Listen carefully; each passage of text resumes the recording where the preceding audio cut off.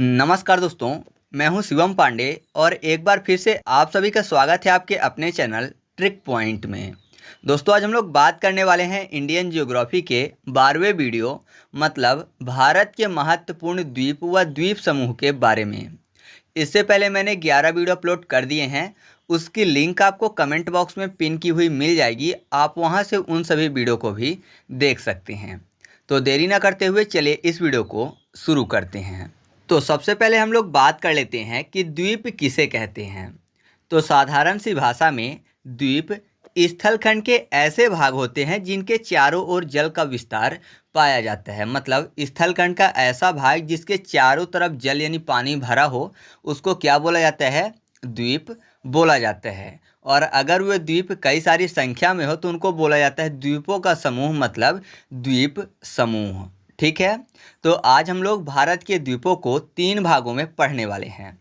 पहला हम लोग पढ़ेंगे अंडमान निकोबार द्वीप समूह को, दूसरा पढ़ेंगे लक्षद्वीप को और तीसरा पढ़ेंगे भारत के अन्य महत्वपूर्ण द्वीप को।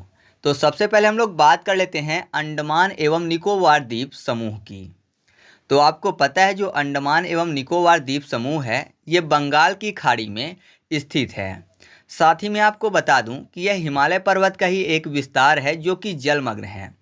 आपको पता है कि जो हिमालय पर्वत है वो म्यांमार में अराकान योमा पर्वत के रूप में मिलता है, और वही जो अराकान योमा पर्वत है वो बंगाल की खाड़ी में भी चला जाता है। हालांकि वहाँ पर निचला भाग है, जिस कारण से बहुत सारा जो भाग है हिमालय पर्वत का, या फिर ऐसा बोले कि अराकान योमा पर्वत का, वो जलमग्न है, लेकिन कुछ भाग ऊंचे हैं जो कि द्वीप की तरह दिखते हैं। तो वही है अंडमान निकोबार द्वीप समूह। ठीक है, तो आप साधारण सा समझ लीजिएगा कि यह हिमालय पर्वत का ही एक विस्तार है।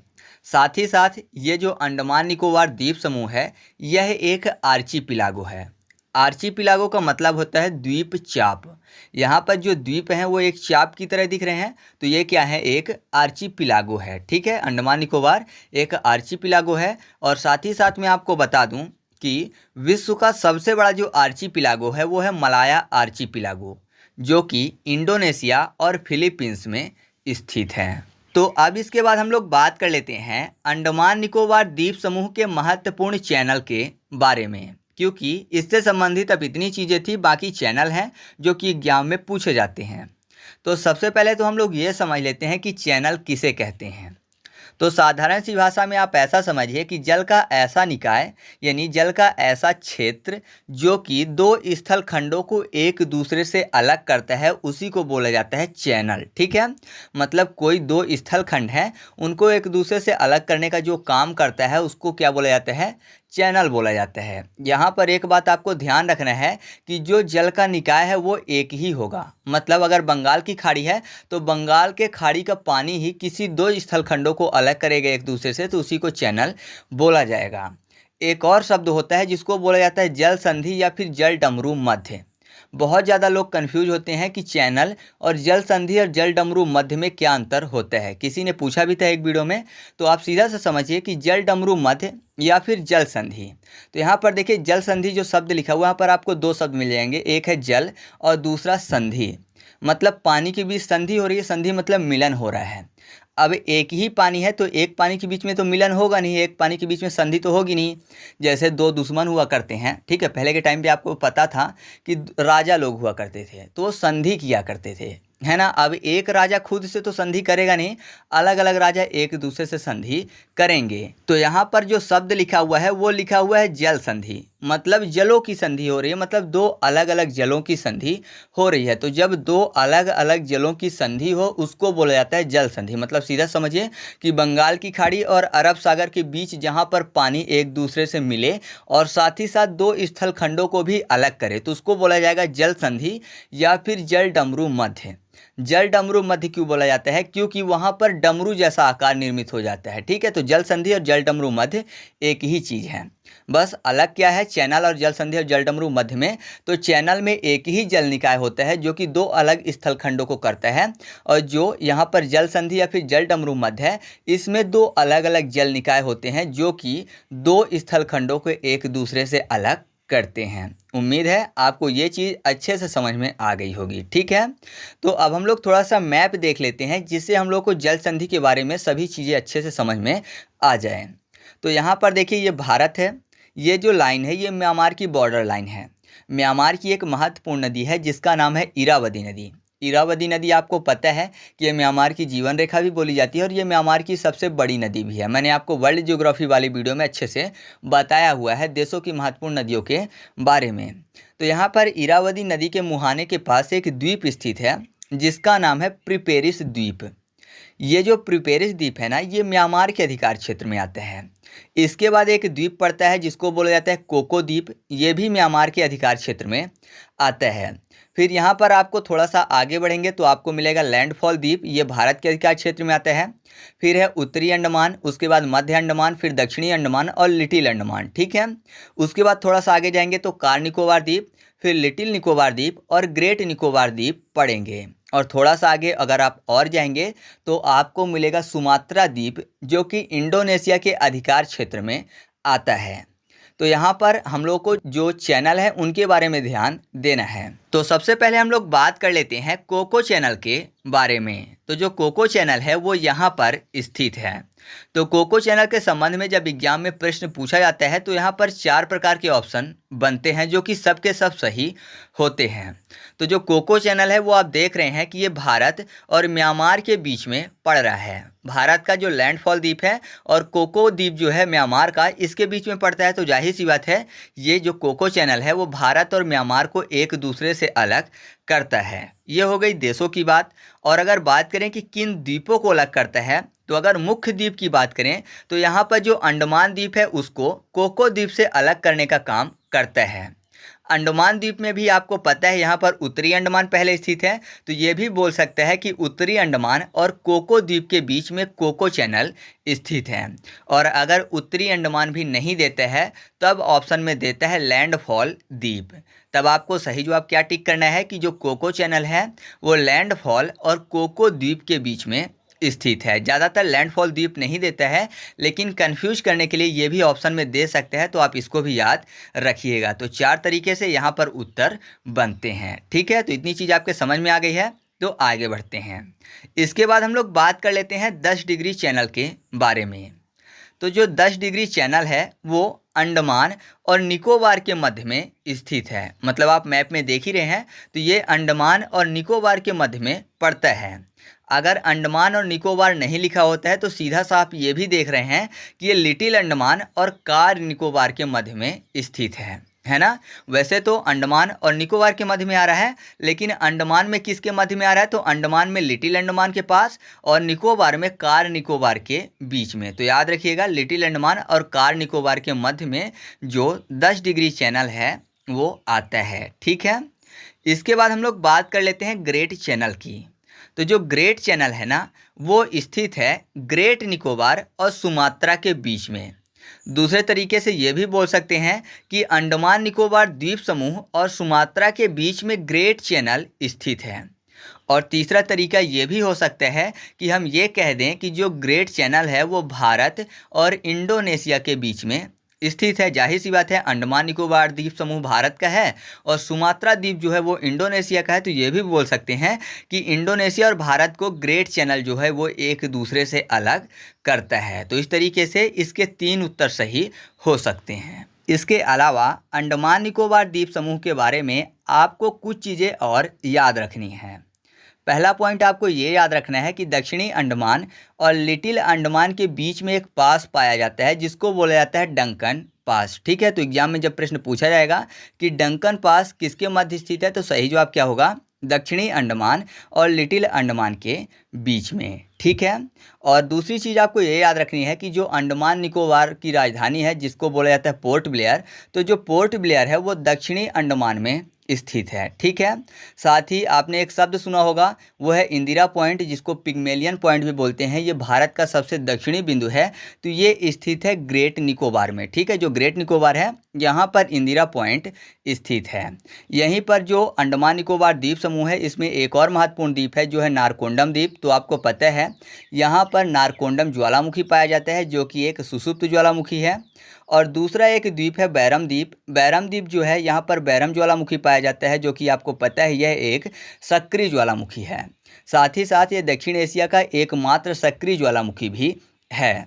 यहाँ के कुछ महत्वपूर्ण द्वीप हैं जिनके नाम बदल दिए गए हैं। पहला है रॉस द्वीप जिसका नाम बदल के कर दिया गया है नेताजी सुभाष चंद्र बोस द्वीप। दूसरा है नील द्वीप जिसका नाम कर दिया गया है शहीद द्वीप। और हेवलॉक द्वीप का नाम बदल के कर दिया गया है स्वराज द्वीप। आपको कमेंट करके बताना है कि इनका नाम कब बदला गया है, ठीक है। साथ ही जो अंडमान निकोबार है इसकी सबसे ऊंची जो चोटी है वो है सैंडल पीक। ये स्थित है उत्तरी अंडमान में। और इसकी जो दूसरी सबसे ऊंची चोटी है वो है माउंट थूलियर, ये स्थित है ग्रेट निकोबार में। तो इतनी चीज़ें आपको अंडमान निकोबार द्वीप समूह के बारे में याद रखनी है। साथ ही अगर आप चाहें तो एक फैक्ट और याद रख सकते हैं कि यहाँ पर पाई जाने वाली एक महत्वपूर्ण जनजाति है जो है सैम्पेन जनजाति। तो जो सैम्पेन जनजाति है इसने 2014 में जो 16वां लोकसभा चुनाव हुआ था उसमें पहली बार मतदान किया था, ठीक है। तो अंडमान निकोबार के बारे में इतनी ही चीज़ें महत्वपूर्ण थी। इसके बाद हम लोग बात कर लेते हैं लक्षद्वीप के बारे में। तो जो लक्षद्वीप है आपको पता है कि ये अरब सागर में स्थित है। साथ ही यह एक कोरल द्वीप है। कोरल मतलब ये प्रवाल भित्तियों से बना है, ठीक है। तो ये एक कोरल द्वीप है जिस कारण से यहाँ पर वन नहीं पाए जाते हैं। जो लक्षद्वीप है ना इसको 3 भागों में बांटकर पढ़ा जाता है। पहला है अमीनी द्वीप द्वीप समूह, दूसरा है लक्का द्वीप समूह और तीसरा है मिनिकॉय समूह। तो यहाँ पर जो महत्वपूर्ण द्वीप हैं इनको 3 भागों में बांट दिया गया है ऐसे। तो जो पहला वाला भाग है उसमें महत्वपूर्ण द्वीप है अमीनी द्वीप। इसी के कारण पूरे वाले ऊपर वाले जो हैं इनको बोल दिया गया है अमीनी द्वीप द्वीप समूह, ठीक है। यहाँ का मुख्य रूप से द्वीप कौन सा है, अमीनी द्वीप है। और ऊपर वाले जो है बहुत सारे द्वीप तो उनको समूह मान लिया गया कि ये अमीनी द्वीप के ही समूह हैं, ठीक है। दूसरा लक्का द्वीप जो है तो लक्का द्वीप में एक पड़ता है कावर्ती। कावर्ती आपको पता है कि ये लक्षद्वीप की राजधानी है। तो याद रखिएगा लक्षद्वीप की जो राजधानी है वो लक्का द्वीप समूह में पड़ता है, ठीक है। और यहीं पर एक महत्वपूर्ण द्वीप है जो है अगाती द्वीप। तो याद रखिएगा यहाँ पर एकमात्र लक्षद्वीप का हवाई अड्डा है, ठीक है, अगाती द्वीप में। और अगाती द्वीप किस में पड़ता है, वो लक्का द्वीप में पड़ता है। इसके बाद यहाँ पर मैंने आपको बताया मिनिकॉय। मिनिकॉय जो है ये लास्ट में पड़ता है यहाँ पर। तो जो मिनिकॉय है और लक्का द्वीप जो है इन दोनों के बीच में एक महत्वपूर्ण चैनल है जिसको बोला जाता है 9 डिग्री चैनल। तो अगर आपसे पूछा जाता है कि 9 डिग्री चैनल किसके बीच पाया जाता है तो सही जवाब क्या होगा, लक्का द्वीप और मिनिकॉय के बीच में। मिनिकॉय के अगर आप नीचे आएंगे तो थोड़ा सा यहाँ पर मिलेगा मालदीव, ठीक है। तो मिनिकॉय और मालदीव के बीच में एक महत्वपूर्ण चैनल है जिसको बोला जाता है 8 डिग्री चैनल। या फिर आपसे ये भी बोल दिया जा सकता है कि लक्षद्वीप और मालदीव के बीच में कौन सा महत्वपूर्ण चैनल है तो सही जवाब क्या होगा, 8 डिग्री चैनल होगा, ठीक है। तो इतनी चीज़ें आपको लक्षद्वीप के बारे में याद रखनी है। बाकी मैंने आपको बता ही दिया कि जो मिनिकॉय है ये लक्षद्वीप का सबसे दक्षिणतम द्वीप है, ठीक है। बाकी और भी छोटे मोटे द्वीप हैं जो कि महत्वपूर्ण नहीं है एग्जाम के लिए, यहीं से एग्जाम में प्रश्न पूछे जाते हैं तो मैंने इंक्लूड कर दिया है। अब हम लोग जो भारत के और महत्वपूर्ण छोटे मोटे द्वीप हैं उनके बारे में चर्चा कर लेते हैं। तो सबसे पहले हम लोग बात कर लेते हैं माजुली द्वीप के बारे में। तो जो माजुली द्वीप है ये असम राज्य में ब्रह्मपुत्र नदी में स्थित है। साथ ही साथ इसके बारे में ये याद रखिएगा कि यह विश्व का सबसे बड़ा नदी द्वीप है।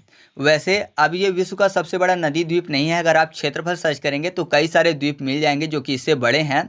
लेकिन जब ये शुरुआत में अगर बात करें कि जब ये द्वीप बना था तब ये विश्व का सबसे बड़ा नदी द्वीप था। लेकिन अब क्या है, ये जलमग्न हो गया है, इस कारण से ये कम हो गया है। फिर भी हम लोग यही पढ़ते हैं कि ये विश्व का सबसे बड़ा नदी द्वीप है, ठीक है। तो इसके बारे में आप इतनी चीज़ें याद रखिएगा। इसके बाद हम लोग बात कर लेते हैं न्यू मूर द्वीप की। जो न्यू मूर द्वीप है ये बंगाल की खाड़ी में स्थित है। 1971 में एक चक्रवात आया था जिसके कारण इसका निर्माण हुआ था। लेकिन अगर वर्तमान की बात करें तो वर्तमान में यह जलमग्न हो गया है। और जब ये न्यू मूर द्वीप आया था तो ये भारत और बांग्लादेश के बीच विवादित था। मतलब बांग्लादेश बोलता था कि ये मेरा द्वीप है और भारत बोलता था कि ये मेरा द्वीप है, मतलब ये मेरे अधिकार में आएगा, ठीक है। 1971 में आया था, चक्रवात के कारण ये निर्मित हुआ था। तो दोनों देशों के बीच विवाद बन गया था। लेकिन अब ये क्या है, वर्तमान में जलमग्न हो गया है, ठीक है। इसके बाद हम लोग बात कर लेते हैं सागर द्वीप की। जो सागर द्वीप है यह गंगा के डेल्टा का सुदूर पश्चिमी द्वीप है। जो कि पश्चिम बंगाल राज्य में और पूर्वोत्तर भारत में जो हुगली नदी है उसके मुहाने पर स्थित है। साथ ही साथ मैं आपको बता दूं कि यह द्वीप ऐसे बिंदु पर स्थित है जहां कभी गंगा पहले बंगाल की खाड़ी में मिलती थी, अब नहीं मिलती है वहां से। पहले गंगा इसी क्षेत्र से बंगाल की खाड़ी में मिलती थी। तो क्या हुआ कि यहाँ पर डेल्टा टाइप का बन गया और डेल्टा के चारों तरफ पानी भर गया, तो जाहिर सी बात है द्वीप की तरह दिखने लगा। तो यहाँ पर पहले क्या होता था, गंगा बंगाल की खाड़ी में समाहित होती थी, लेकिन अब नहीं होती हैं। इसी क्षेत्र को गंगा सागर के नाम से बोला जाता है। ठीक है, तो ये काफ़ी ज़्यादा पवित्र है हिंदू मान्यताओं के अनुसार। तो याद रखिएगा कि जो गंगा सागर द्वीप है ये कहाँ स्थित है, पश्चिम बंगाल राज्य में स्थित है। ठीक है, इसके बाद हम लोग बात कर लेते हैं तिसवाड़ी द्वीप की। तो तिसवाड़ी द्वीप के संबंध में आपको एक ही चीज़ याद रखनी है कि गोवा की जो राजधानी है पणजी, वो इसी द्वीप पर स्थित है। अगर आपसे पूछा जाता है कि पणजी किस द्वीप पर स्थित है, तो सही जवाब क्या होगा, तिसवाड़ी द्वीप। ठीक है, इसके बाद हम लोग बात कर लेते हैं सालसेट द्वीप की। तो जो सालसेट द्वीप है इसके बारे में आपको ये याद रखना है कि मुंबई और ठाणे इसी द्वीप पर स्थित हैं। ठीक है, तो अगर आपसे पूछा जाता है कि मुंबई किस द्वीप पर स्थित है, तो सही जवाब क्या होगा, सालसेट द्वीप होगा। इसके बाद बात कर लेते हैं व्हीलर द्वीप की। तो जो व्हीलर द्वीप है ये बंगाल की खाड़ी और वैतरणी नदी के मुहाने में स्थित है। मतलब जो वैतरणी नदी है जहाँ पर बंगाल की खाड़ी में समाहित होती हैं, तो वैतरणी नदी के मुहाने में ही व्हीलर द्वीप स्थित है। आपने इसको काफ़ी ज़्यादा देखा होगा, न्यूज़ में भी ये काफ़ी ज़्यादा आता है, लेकिन इसका जो नया नाम रख दिया गया है वो है अब्दुल कलाम। ठीक है, तो अब्दुल कलाम द्वीप इसका नया नाम कर दिया गया है। आप चाहें तो कमेंट करके बता सकते हैं कि इसका नाम अब्दुल कलाम द्वीप कब रखा गया है। ठीक है, और साथ ही साथ आपको पता ही है कि इसका उपयोग भारत अपने प्रक्षेपास्त्र कार्यक्रम के प्रशिक्षण केंद्र के रूप में करता है। मतलब रॉकेट यहीं से लॉन्च किए जाते हैं। ठीक है, इसके बाद हम लोग बात कर लेते हैं चिराओ द्वीप की। तो जो चिराओ द्वीप है यह गोवा के मांडवी नदी के किनारे स्थित है। इसका एक अन्य नाम भी है जो है चूड़ामणि द्वीप। ठीक है, मतलब चिराओ द्वीप को चूड़ामणि द्वीप के नाम से भी जाना जाता है। इसके बारे में एक महत्वपूर्ण चीज़ आपको ये याद रखना है कि सलीम अली पक्षी अभ्यारण्य जो है वो इसी द्वीप पर स्थित है। जो सलीम अली पक्षी अभ्यारण्य है इसको कोयल स्वर के नाम से भी जाना जाता है। आपको पता है कि बर्ड मैन ऑफ इंडिया किसको बोला जाता है, वो बोला जाता है डॉक्टर सलीम अली को। तो सलीम अली पक्षी अभ्यारण्य कहाँ स्थित है, चिराओ द्वीप गोवा में। ठीक है, इसके बाद हम लोग बात कर लेते हैं खादिर द्वीप की। तो जो खादिर द्वीप है ना ये गुजरात में स्थित है। ठीक है, इस द्वीप में आपको पता होगा कि सिंधु घाटी सभ्यता का जो 5वां सबसे बड़ा शहर था धौलावीरा, वो खादिर द्वीप में ही स्थित है। साथ ही साथ इसे भारत के 40वें विश्व धरोहर स्थल के रूप में भी शामिल कर लिया गया है। किसको, धौलावीरा को। ठीक है, तो आप इस चीज़ को खादिर द्वीप के संबंध में याद रखिएगा। इसके बाद हम लोग बात कर लेते हैं श्रीहरिकोटा द्वीप की। तो जो श्रीहरिकोटा द्वीप है यह पुलिकट झील को बंगाल की खाड़ी से अलग करने का काम करता है। ठीक है, मतलब जो पुलिकट झील है उसको बंगाल की खाड़ी से अलग करने का काम कौन सा द्वीप करता है, तो वो करता है श्रीहरिकोटा द्वीप। और आपको मैं बता दूं कि यहाँ पर सतीश धवन अंतरिक्ष केंद्र भी स्थित है जो कि भारत का एकमात्र उपग्रह प्रक्षेपण केंद्र है। ठीक है, तो इसके बारे में आप ये चीज़ याद रखिएगा। इसके बाद हम लोग बात कर लेते हैं होप द्वीप की। तो जो होप द्वीप है यह एक छोटे ट्रेडपोल के आकार का द्वीप है जो कि भारत के काकीनाडा के तट पर बंगाल की खाड़ी में स्थित है। ठीक है, तो इस चीज़ को आप होप द्वीप के संबंध में याद रखिएगा। अच्छा, आप कमेंट करके बताइएगा कि किस राज्य के तट को काकीनाडा के तट के नाम से जाना जाता है। ठीक है, मैंने तट की वीडियो भी पहले से अपलोड कर रखी है। इसके बाद हम लोग बात कर लेते हैं पंबन द्वीप की। तो पंबन द्वीप के बारे में तो आपको काफ़ी ज़्यादा जानकारी होनी चाहिए। आपको पता होना चाहिए कि इसको रामेश्वरम द्वीप के नाम से भी जाना जाता है। साथ ही साथ ये भारत और श्रीलंका के बीच में स्थित है तथा यह तमिलनाडु राज्य के अंतर्गत आता है। और मैं आपको बता दूं कि इस द्वीप के पूर्वी भाग को धनुषकोडी कहा जाता है। धनुषकोडी वही स्थान है जहां से राम भगवान ने राम सेतु का निर्माण श्रीलंका तक के लिए किया था। ठीक है, तो आप इस चीज़ को पंबन द्वीप के संबंध में याद रखिएगा। अब एक और महत्वपूर्ण द्वीप बचता है जो है मानधाता द्वीप। मांधाता द्वीप जो है ये नर्मदा नदी पे बना हुआ है और ये मध्य प्रदेश में स्थित है। ठीक है, तो इसके बारे में आप इतनी चीज़ें ही याद रखिएगा। और आपको सीधा सा पता है नर्मदा नदी में स्थित है, तो जाहिर सी बात है यह भी एक नदी द्वीप है। ठीक है, तो इस तरीके से अपना वीडियो कंप्लीट हुआ। आपको वीडियो कैसा लगा कमेंट करके ज़रूर बताइएगा। जितने भी क्वेश्चन मैंने आपको वीडियो के बीच में पूछे हैं तो आप उनके उत्तर भी कमेंट करके बताइएगा। साथ ही साथ अगर आपको इसकी पीडीएफ चाहिए तो टेलीग्राम पर जाकर सर्च करिएगा ट्रिक पॉइंट, तो आपको वहां पर चैनल मिल जाएगा, आप उसको ज्वाइन कर लीजिएगा। वहां पर आपको फ्री पीडीएफ मिल जाएगी। और अगर आप इसका क्विज सॉल्व करना चाहते हैं तो टेलीग्राम पर जाकर सर्च करिएगा ट्रिक पॉइंट क्विज और ग्रुप को ज्वाइन कर लीजिएगा। वहाँ पर मैं सभी वीडियो के क्विज भी सॉल्व करवाता हूँ। ठीक है, तो चलिए मिलते हैं अगले वीडियो में, तब तक के लिए जय हिंद।